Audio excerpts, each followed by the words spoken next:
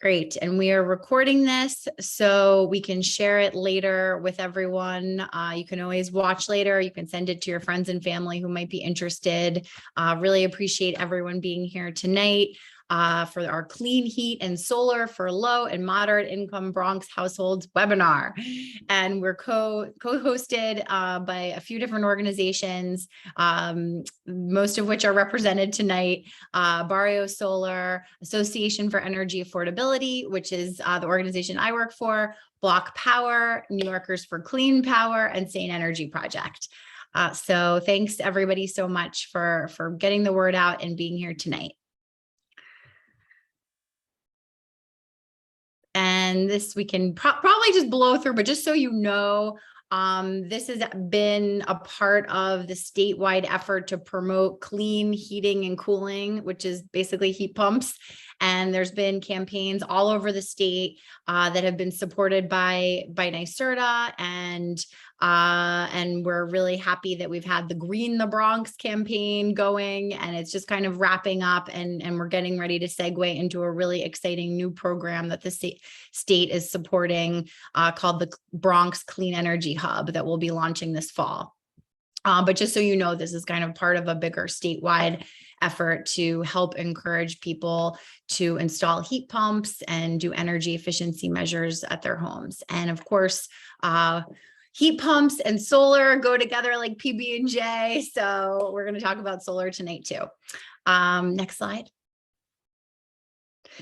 And this is all a part of this really exciting initiative in New York State. We passed in 2019 the Climate Leadership and Community Protection Act, which we can just call the Climate Act. And it was a nation-leading bill that essentially mandates that we reduce our greenhouse gas emissions to like a zero emission economy by 2050, that we scale up renewable energy, 70% renewable energy by 2030.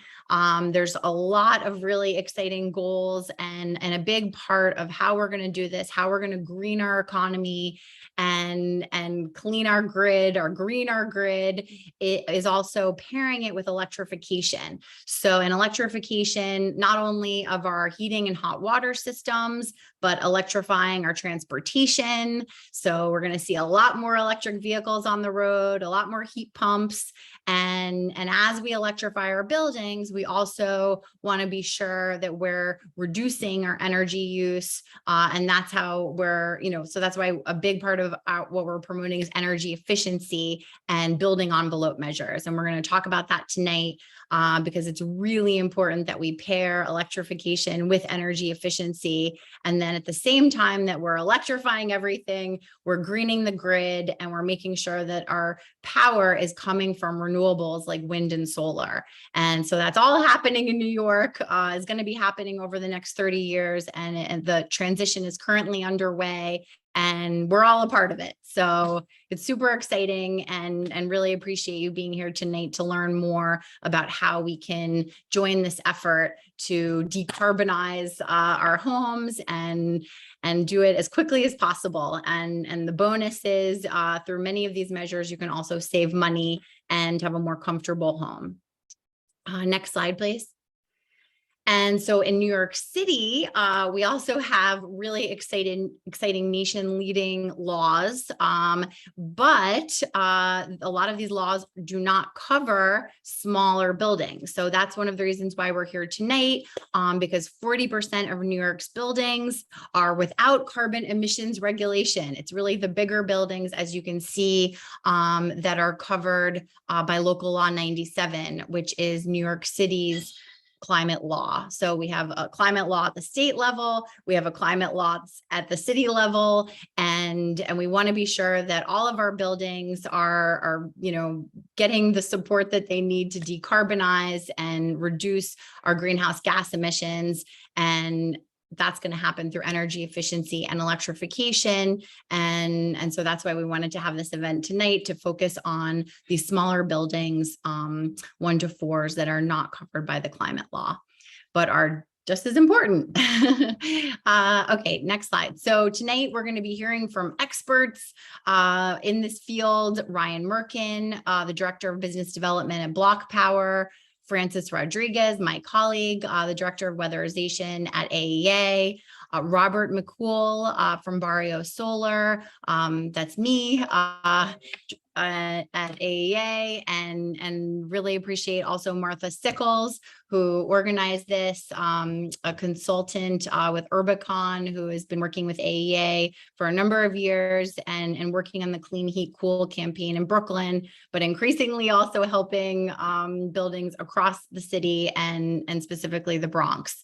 And also want to give a shout out to Bryn Fuller Becker, who is here from New Yorkers for Clean Power, making all of this happen. So thank you everybody so much for being here.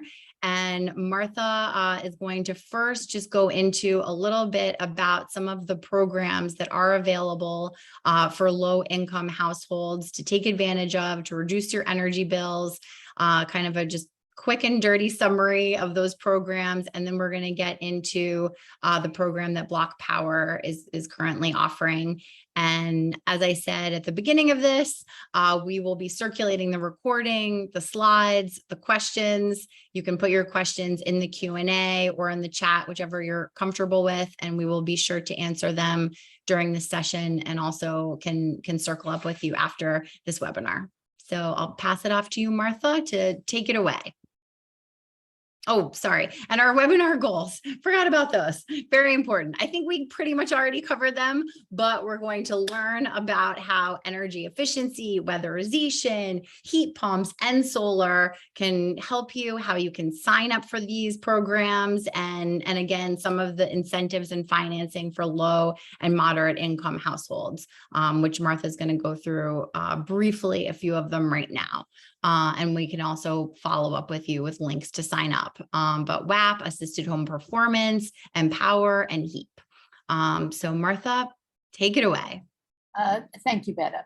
So just very quickly, we have funding that is provided to the federal government through the system benefit charge that we all pay as ratepayers, and they fund programs that are administered by the state and by the utilities predominantly. And then we have federal funds that cover heat and weatherization.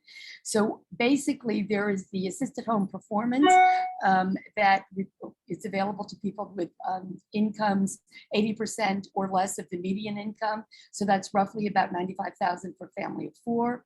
We have Empower, HEAP, and the Weatherization Assistance Program that all are eligible for people with median income below 60%.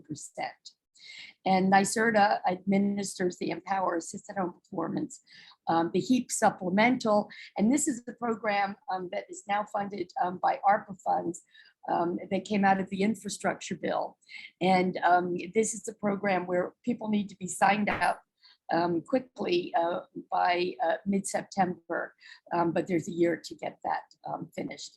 And then NYSERDA also offers subsidized financing that does not have any income criteria, and the interest rates can be as low as 3.5%. The utilities program, the utilities have quite a few different programs, but we focus on the Clean Heat program. And Con Ed recently got funding reinstated. And so with the assisted home performance, it can be up to 50%. Next slide, please. Next slide. Sorry. Okay, next slide. Oh, no, that's good. Up to 50% or up to $5,000, 50% of the project cost. And for Empower, it's can be 100% up to $10,000. And then just briefly on the HEAP program, we are hoping that some of you might be interested. We have contractors that could help you to sign up. And this is a great program because it can provide 100% of funding for weatherization measures, which my colleagues, Francis, will be speaking about, and Ryan, as well as electrification. And so you must do the envelope and health and safety measures. And before you can put in the heat pumps, but it's 100% funding up to $20,000.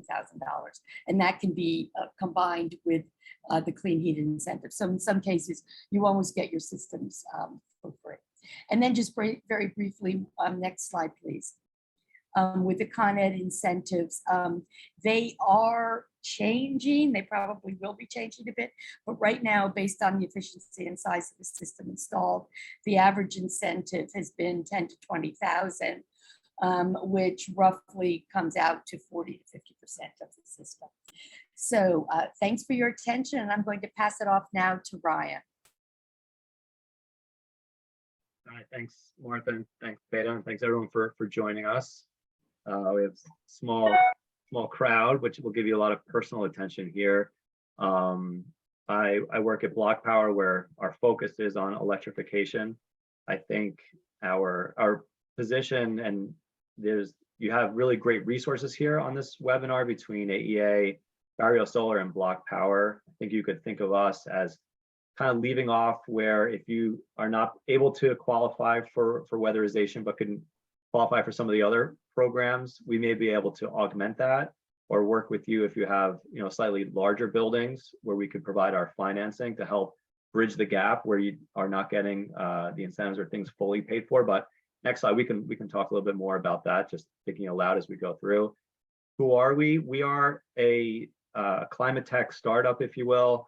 Not so much a startup anymore. We started in 2014, so I think we're a maturing startup, but we off to a really great start, and our focus in the last few years, and that's what we're going to be doing for over the next decade and longer, is we're trying to convert fossil fuel systems to electric systems. We want to electrify buildings, small and large, and everything in between. So we have software that enables us to do this in an efficient way to help streamline a process.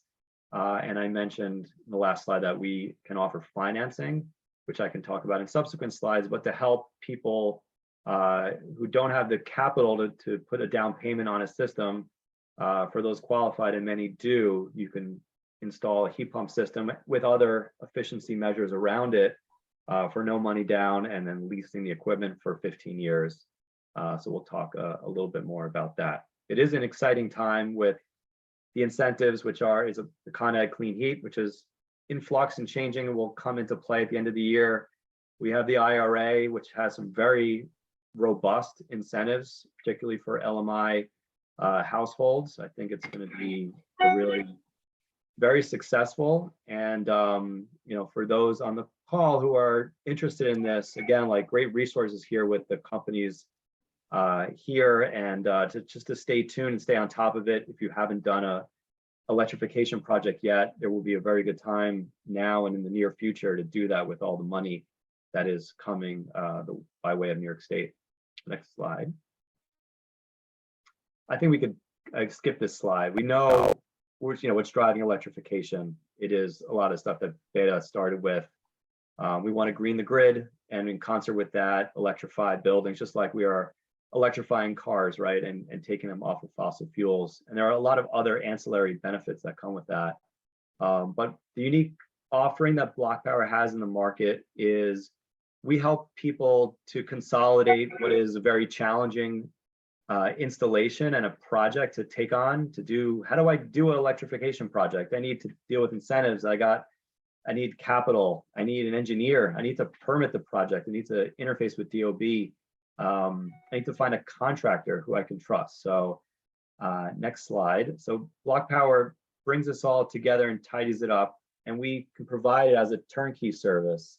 So we take responsibility for helping to develop a project along with our customers and clients to do all that upfront analysis, energy savings, apply for incentives, figure out the kinds of systems and technologies that are most appropriate, and then work with our customers as to what is the package of measures, how they're going to finance it, and how it's going to work. And we really do all of that in the beginning for free. We don't ask for any money to lend a hand figuring that out. It's only once the project really comes together that you're signing on with us, either to buy a project or to do it with a lease offer, providing the equipment for 15 years with no money down. And then over those 15 years, we also maintain the systems for you in many cases. So we do the O&M, and we provide a guarantee that the systems, whatever that is that we're installing, heat pumps and other measures, are going to last for the full 15 years of the lease. So that goes beyond manufacturer warranty, which is typically 10 or 12 years, depending on your installer. And we take responsibility for maintaining it, and if it should break or need a part. So we're giving you a worry-free guarantee that the system is going to work for that full 15 years. So next slide. And then just to back up too, just to give you some sense of the technology that goes into heat. Like, what is it? What is this heat pump? And it's kind of funny name that's associated with it. It's got kind of poor branding, because a heat pump is really something that just moves energy. So it could either heat a space, provide space heating, or space cooling. The technology is quite old, but what's new is that we're able to now install heat pumps in the Northeast in cold climates. That technology is newer, and I'd say cold climate heat pumps were really ready for installation in our neck of the woods, 10 or 15 years ago. So it's improved over that time, and it's appropriate now for certainly for New York City area, but even we're seeing very popular heat pump programs as far north as Maine. So we're moving heat from the outside air, even in the cold winter, down to 5 or even 10 degrees below zero, and through the refrigerant cycle, which is an old technology, 100 years old, we can move that inside and provide warmed air, as well as our air conditioners, which is just a heat pump running in the cooling cycle. Hopefully I did some good explanation there, but this, what does it look like? You've seen these units. There's typically an outdoor system that is either rejecting heat in the summertime. That's why you feel warm air coming off of the fan. In the summer, that's the outdoor condenser. In the winter, it's going to be drawing heat in. And then you have a variety of distribution or air handlers, like the one you see there on the upper left. That's a mini split head or an air handler that goes up on a wall. They can take other shapes. You can have wall-mounted units or floor-mounted units. The VRF system we're showing on the right is appropriate for larger systems where you can put multiple apartments on one outdoor unit.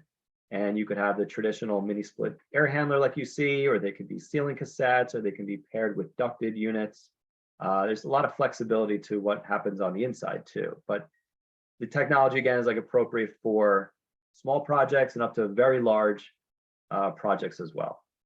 The next slide.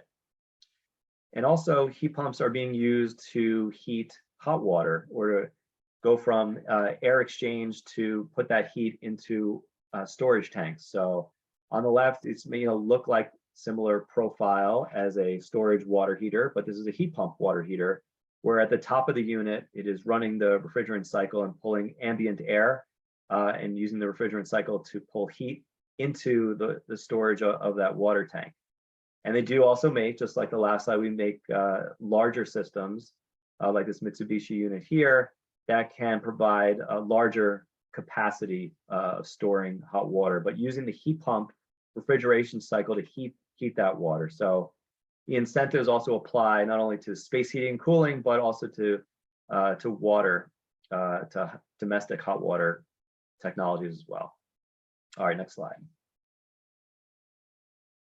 I mentioned this, and I'm trying to move quickly here to just make sure we keep on time. Well, we assess the building, right? We come up with a preliminary scope of work. We'll do a remote walkthrough and gather the data we need remotely, whether it's from utility bills or seeing things on Google Map and understand the building systems. And we can give you a sense very quickly without having to do too much study and wasting everyone's time. This is what it might cost. This is an estimate. This is what a lease might look like. Do you want to continue to kind of walk through this and take a journey with us to figure out what a final scope of work looks like, go to the building, do some engineering, and then get into whether, to move forward from there. So next slide here. And I mentioned, Green the Bronx is also on the bottom there. So we've been running a program for the Bronx and promoting heat pump and energy efficiency for some time. And I'm going to talk about a few projects that we worked on in the Bronx specifically. But as part of BlocPower's offering, as I've been mentioning, we offer, and it doesn't have to take this form, but it typically does in the majority of cases, that we provide heat pumps as a service, as a lease. So it ends up on as a 15-year contract with no money down. We guarantee again the equipment. We can provide all the O&M, which is filter changes and checking on the equipment and making sure condensate lines aren't clogged and things like that, making sure the units are running as they should. There's no upfront capital needed. It's kind of an easy way to entry, and we guarantee the savings. We guarantee the system performance, the savings, and we'll talk about the numbers. It's an important consideration for everyone thinking about heat pumps, is what are my operating costs going to look like for running an electric system, specifically for heating, which is very different from using fossil fuel. We can see significant savings sometimes compared to oil. If you're using oil boilers now, oil, as you all know and feel, is expensive. It's also costly to maintain, right? You need a lot of cleaning and tuning of the system. So you may see nice savings compared to oil, particularly on the operations and maintenance side, putting those together. Your boiler may be at the end of useful life, so that may come into play as to why you may want to change, and you may be avoiding that a significant cost of a new boiler. There's a lot to consider in working with all of us here on the call to think about what is it going to look like in the future for my operating costs on using an electric system. And that's why we do want to pair weatherization and air sealing and insulation where we can to reduce loads, and new windows for that matter too. So, okay, next slide. So a couple of case studies. Won't go too far into the details, but just talking about the kinds of projects that we've worked on. We've got a single family and a multifamily case here. We will go after as much incentives as we can through clean heat, through NYSERDA, and give an objective analysis of what are the costs and savings, again, of the energy in previously, what you're using, what it might look like with a cost of gas or oil being escalating into the future, what it might look like with electricity. We're exploring different ways of looking at different rate plans too. With Con Ed, there are some interesting things there where you can get on rates that are much lower in the winter for Con Ed all electric heating rate. The trade-off is it's a little bit higher though in the summer. So you're trying to conserve a little more in the summer to allow the grid and Con Ed to have that kind of capacity. But it's something to really consider and look at if you're looking to convert. I'm looking to do it myself in my house. So I'm going to guinea pig that new clean electric rate. Next slide. This is the savings we provided to an 8-unit co-op, and looking at, again, like where are the potential savings coming from.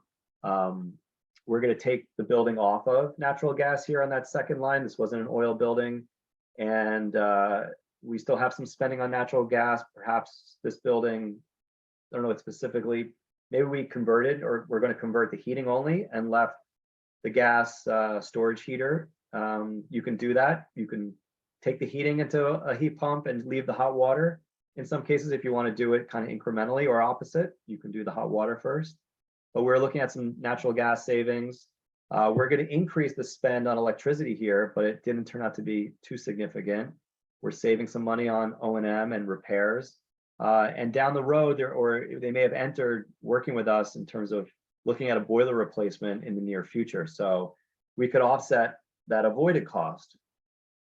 And fortunately, in this case, we're showing savings on this project. It doesn't always work out this way. It's going to depend very much on the cost of installation, which has been going up. But we also get incentives. We've got IRA coming. So we've got a lot of creative ways to package this together, and all the different incentive programs. And of course, if you can wait and be part of weatherization with AEA, that is really your best game in town. And it's obviously a very popular program. I know there is a wait for that, so sometimes you may not be able to. But in any case, there's, again, great resources of folks on this call. So if you're interested in doing a project, you got people here who can answer those kinds of questions and move it forward. Next slide. And I see we're getting a question from Eric here from Daikin. I don't know if someone wants to, I don't know if you can see the whole question. I saw it pop up, but if that's worth answering right now, we're talking through, but I'll continue here. I think I just have another slide or two. This is what it looks like when we put together our lease. It could be no money down. It could be a cash, all money down. So you're not paying a monthly fee. It just could depend on the project and the flexibility and what kind of lease you want to arrange for. One important one here, the second check mark I'll just note here is with a BlocPower lease, there isn't a lien on the home or the property. So our collateral for that lease and that loan is the equipment itself. We're not going to come and take the equipment out of a building, although we technically could, because that is our collateral for non-payment on a lease.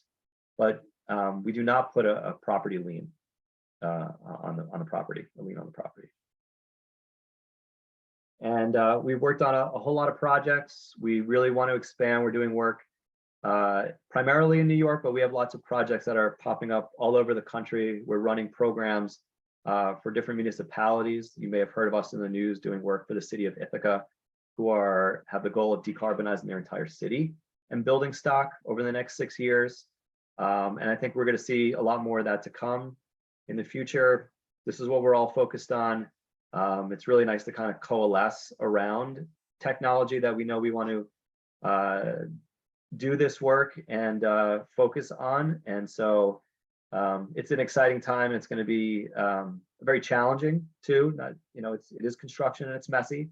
So I won't shy away from noting that either, but we're all learning and we're taking our best practices forward and working with all the manufacturers and technology that we can to do this as streamlined as possible and get to work and electrify our building. So thank you very much for having me. I'm happy to, I don't know if we still have time for questions right here, or may just take those in writing and circulate them later. So thanks everyone. Thanks so much, Ryan. We don't have a ton of questions. It doesn't look like yet. And Pete, I don't know if you guys are operational in Chicago, Ryan. BlocPower is working in other states, but I don't know if Illinois is one of those places. We can definitely follow up with you with colleagues in other states if not, but. Yeah, we have worked in the Midwest.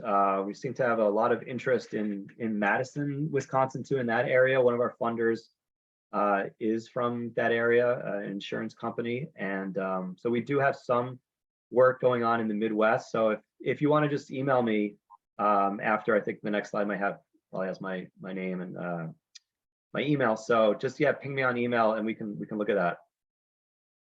Okay, great. And if people have more questions for you, I know you may need to drop off to get to your fam, which we totally understand. And thank you so much for being here.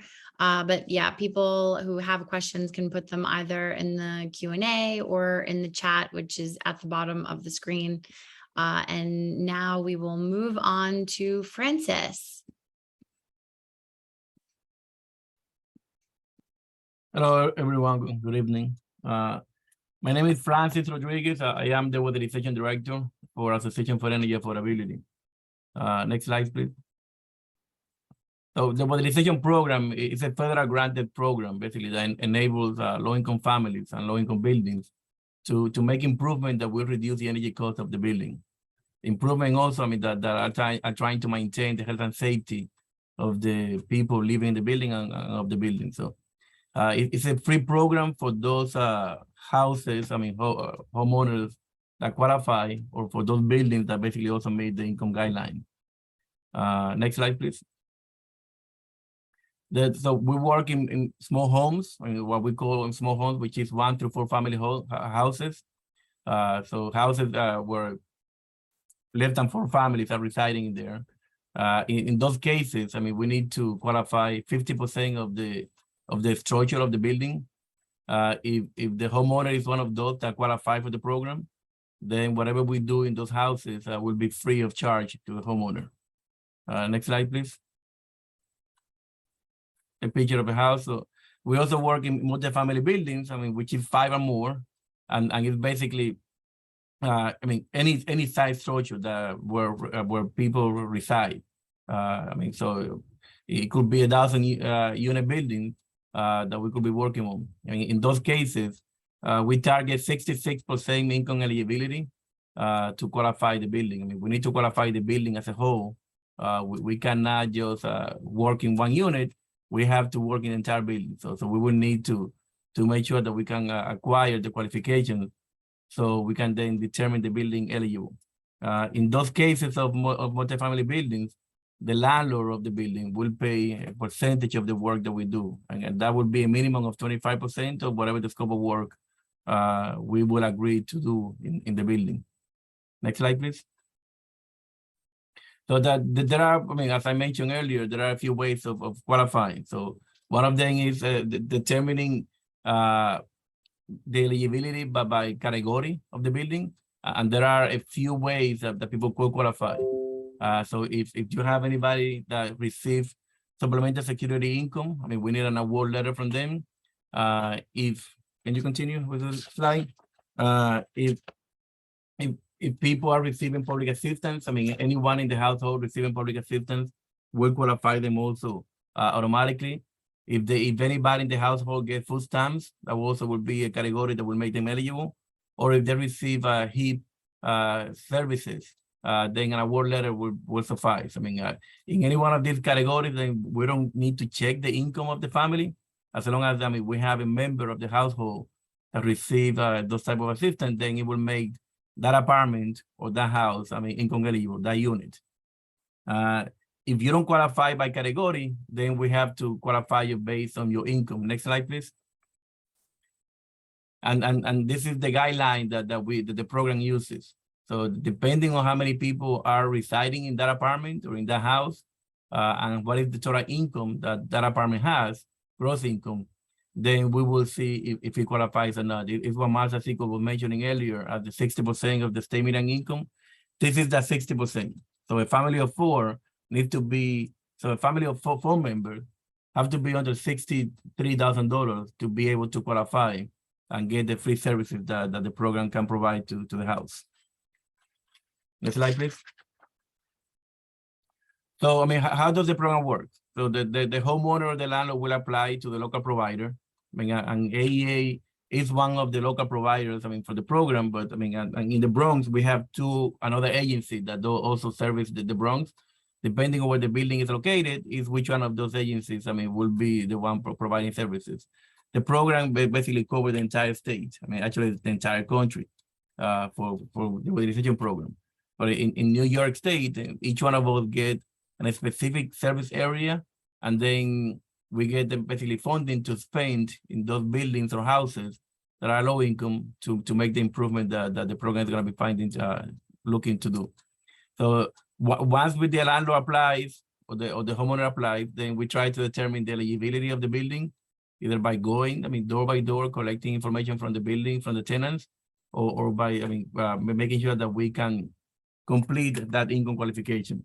Once we have that, then we will perform an energy audit of the building, and this is the tool that will drive the scope of work. The tool that basically will let us know, okay, what can we do in this house? I mean, everything that the program will do has to have a payback. I mean, what we're calling a saving to investment ratio.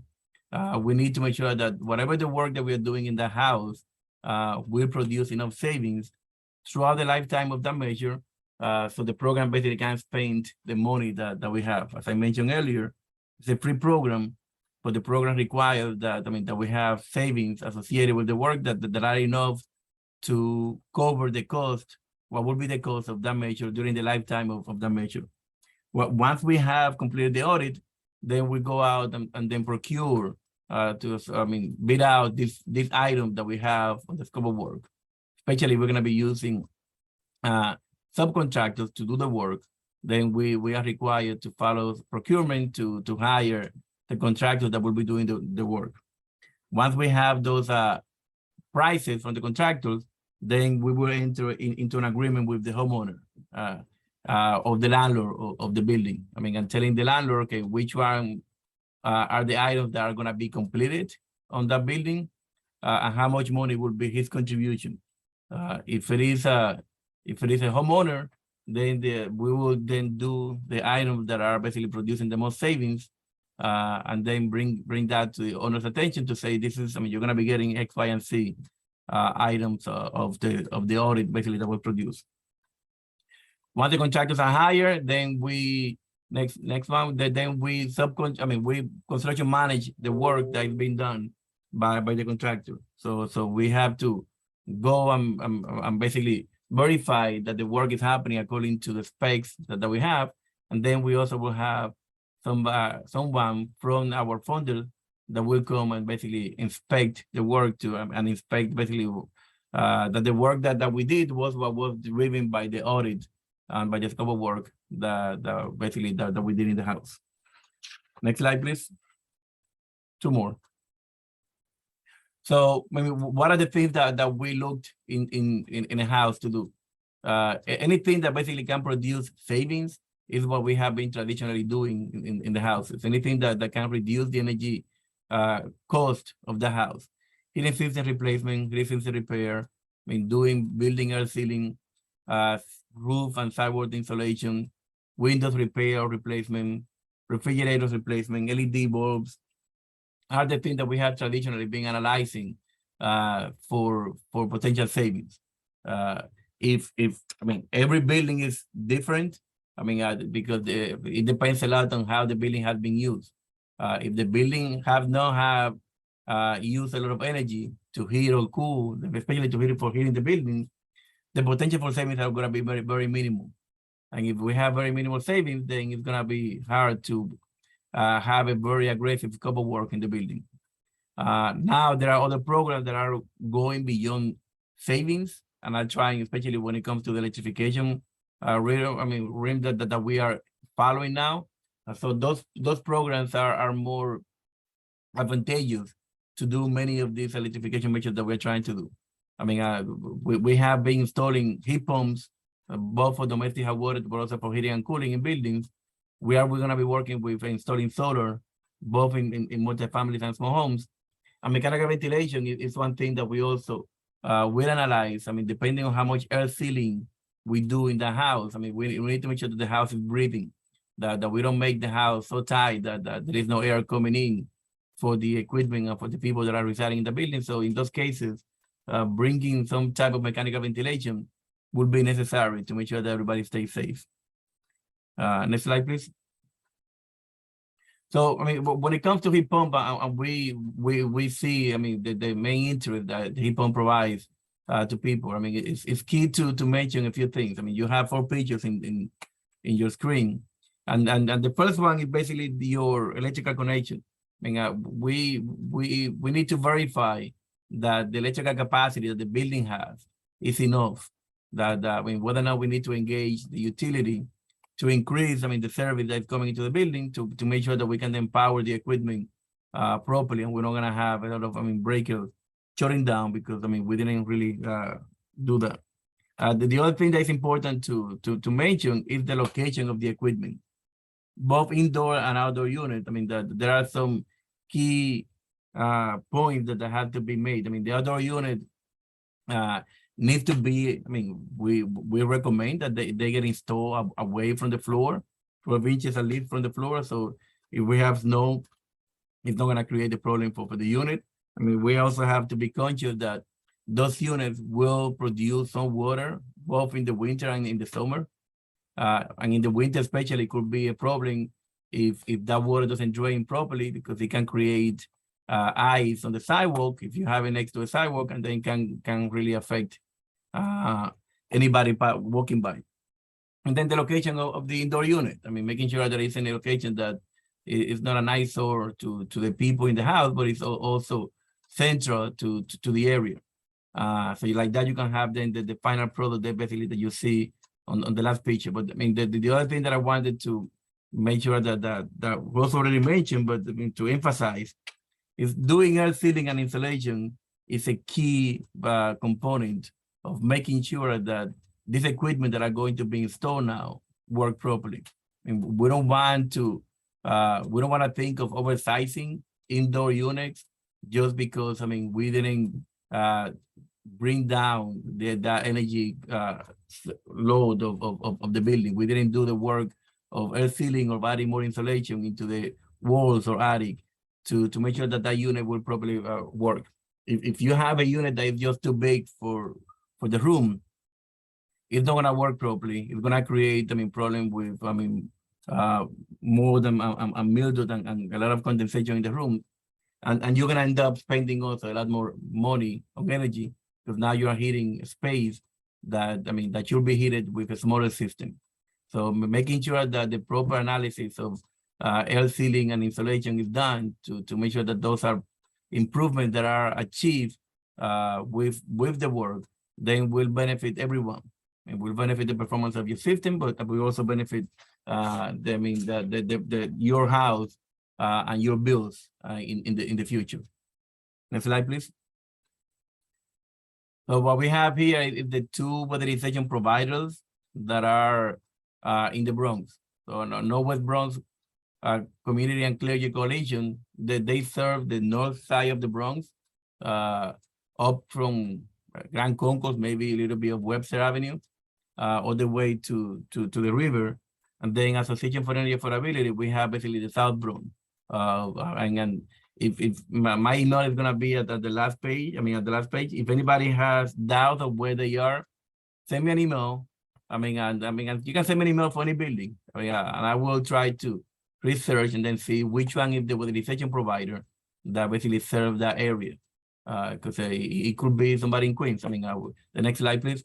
We also have, I mean, an allocation for Queens, but in Queens also we have 3 sub-grantees, 3 agencies that are providing the same type of services that we do.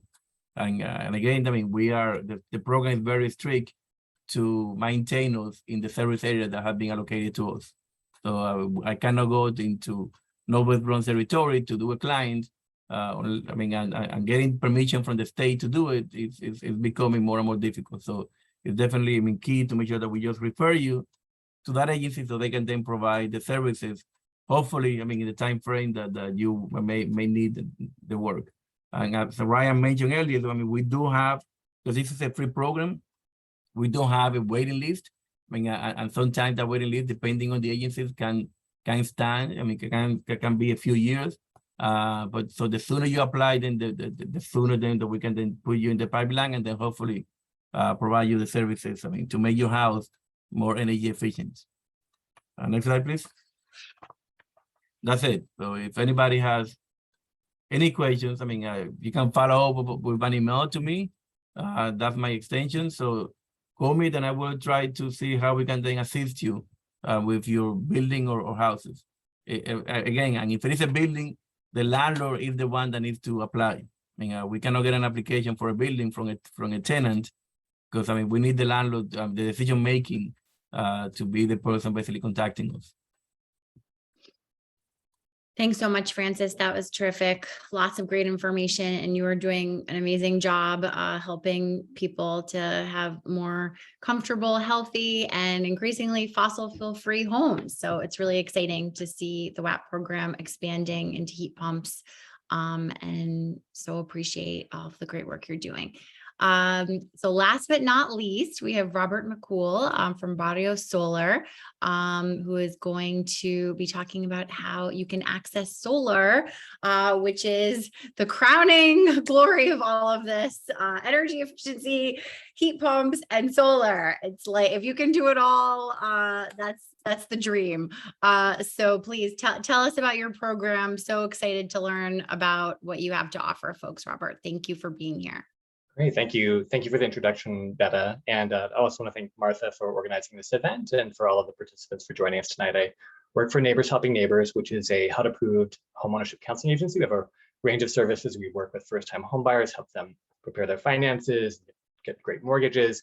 We provide foreclosure prevention services. And then we initiated the Barrio Solar program last year to make solar power more affordable to homeowners throughout New York City. We have some partners. My parent organization is Fifth Avenue Committee, which is a large affordable housing and job training program. that provides some financial and administrative support to Neighbors Helping Neighbors. And then we have our technical partners, Solar One. They're an education and technical assistance provider. And unfortunately, my colleague from Solar One, Bruno Estrada, who is also our campaign coordinator, couldn't make it tonight. I'm going to give a broad overview of Barrio Solar, and if there are any really technical questions, I may have to refer to or defer to Bruno and help follow up a bit later. Next slide, please. So as I said, the goal of Barrio Solar is to help New York City 1 to 4 family homeowners reduce their electricity costs and make solar power more affordable and accessible. We're working to reduce the upfront cost barriers to installing solar. Traditionally, solar has been a bit expensive, and we're trying to find ways to make that more affordable. Obviously, we want to combat climate change and provide guidance and support to homeowners who are considering solar panels. Really help them weigh the pros and the cons. Really understand how much they might be able to save, and really understand if their roofs are feasible for solar in the first place. Also, if solar panels are not feasible, for example, if a roof is shaded by another building or a tree, or maybe there are too many obstacles on the roof, mechanicals or skylights, we want to help homeowners to access community solar, which we'll talk a little bit about later. But I just also want to point out that I tried to make it very easy to get in touch with us here. We have a dedicated website, which is barriosolar.com. And there you can learn more about the campaign, the program, and you can also request your own free savings estimate and solar feasibility study. You can also contact our campaign coordinator, Bruno, at the 646 number there. And then we also have a QR code on most of these slides where you can also just quickly access the barriosolar.com website. Next slide, please. So just a quick Solar 101 slide here. This is some information you may already know, but the sun provides photons that react with the compounds of the solar panels, the solar cells. And the solar panels produce direct current, or DC. And then that DC is inverted into alternating current, or AC, which is what you use in your homes and what you receive from Con Edison. The energy that you produce is measured in watts and kilowatts to track your production.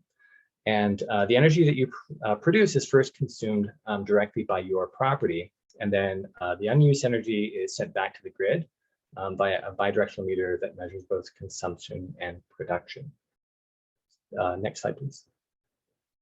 And so a little bit of information that's helpful about solar panels. They have a long operating life, usually 25 years or more. They do work best on roofs that are no more than 5 years old, just because of the difficulty of replacing a roof when you already have solar panels. So that is a consideration. They definitely have low maintenance. Even snow will typically slide off of solar panels. There's really not much you're going to have to do to maintain your panels. As I've mentioned, they do require direct sunlight, so no shading from trees or other buildings. So that's one of the first things that we do if you visit our website and request your own feasibility study. We'll look at some satellite imagery to see if your roof is feasible for solar. And then, as I've mentioned in the last slide, you'll still, in most cases, be grid connected, at least for now. You will be using energy and then sending energy you don't use to the grid. And that's going to be earning you credit, so that times when it's maybe the sun isn't out or the sun isn't shining, there are clouds, you will be drawing energy from the grid at a reduced rate. So at least for now, battery storage is difficult and a bit cost prohibitive. I know that there's some policy work that's going on to make that more affordable and more easily accessible. But at least for now, most small homes in New York City are still connected to the grid. Next slide, please. So I want to talk about the Barrio Solar campaign highlights. What are we offering? So the first is a buyers group. Sometimes I just call it the Costco for solar. It's a way of grouping homeowners together so that we have buying power. We can go to reputable installers and say, hey, we have a large group of homeowners who want to do this all at once. Because we are bringing you a lot of business, can we negotiate reduced rates? And so that's one of the first ways that we're able to reduce the upfront costs. And in fact, we've just built our first buyers club, and we're currently issuing an RFP, request for proposals, to help select, to get bids from installers. So this is a good time to join the campaign. I think it's still possible to join the buying group and get involved in that first round. And then the second way that we're trying to reduce costs is we have a cash subsidy of up to $5,000 to help with the direct upfront costs. So that could be towards the cost of buying the panels. That subsidy can also be used for roof repairs or electrical upgrades. It's an interest-free forgivable loan. So it kind of works like, if you're familiar with first-time homebuyer down payment assistance, it's basically a grant that's forgiven after a very short amount of time with no interest. We do have some income limits for that.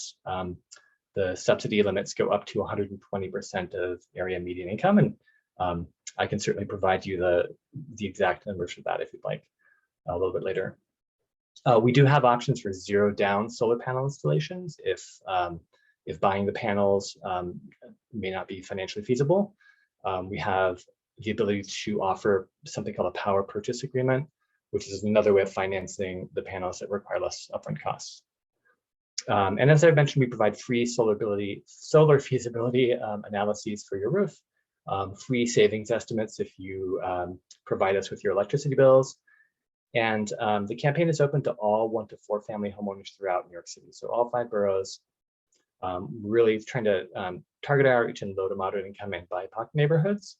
But the campaign is open to everyone. So everybody can benefit from the information, the feasibility and savings estimates, the buyers club. It's just that the cash subsidy does have some income limits, which we've tried to be very flexible about. But we certainly want to encourage anyone who's interested to consider joining, because it is, we recently opened it up to all 5 boroughs. Next slide, please. So I just wanted to give a kind of a very brief example of how the financing for solar might work using layering up all the different kinds of incentives. So this is a scenario where the homeowner would be buying the solar panels. And we just want to illustrate here that using the Barrio and solar incentive and some other incentives and tax credits, we can actually offset more than 90% of the actual cost of buying the solar panels. So if we look at a sample solar project, usually they average around 4 kilowatts for a small 1 to 4 family home. And if we assume that the total installation cost is $15,800, there are first 2 incentives that can come right off the top. New York State offers something called the New York Sun incentive.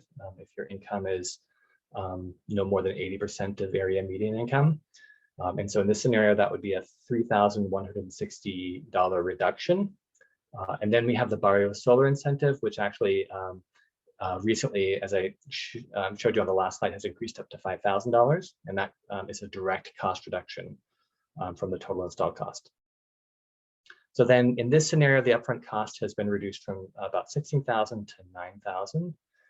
And then the various tax credits at the federal, state, and city level allow you to reclaim some of those costs over the next 4 to 5 years. So for the federal tax credit, I also want to just highlight that that has been increased recently under the Inflation Reduction Act to 30% of the install cost.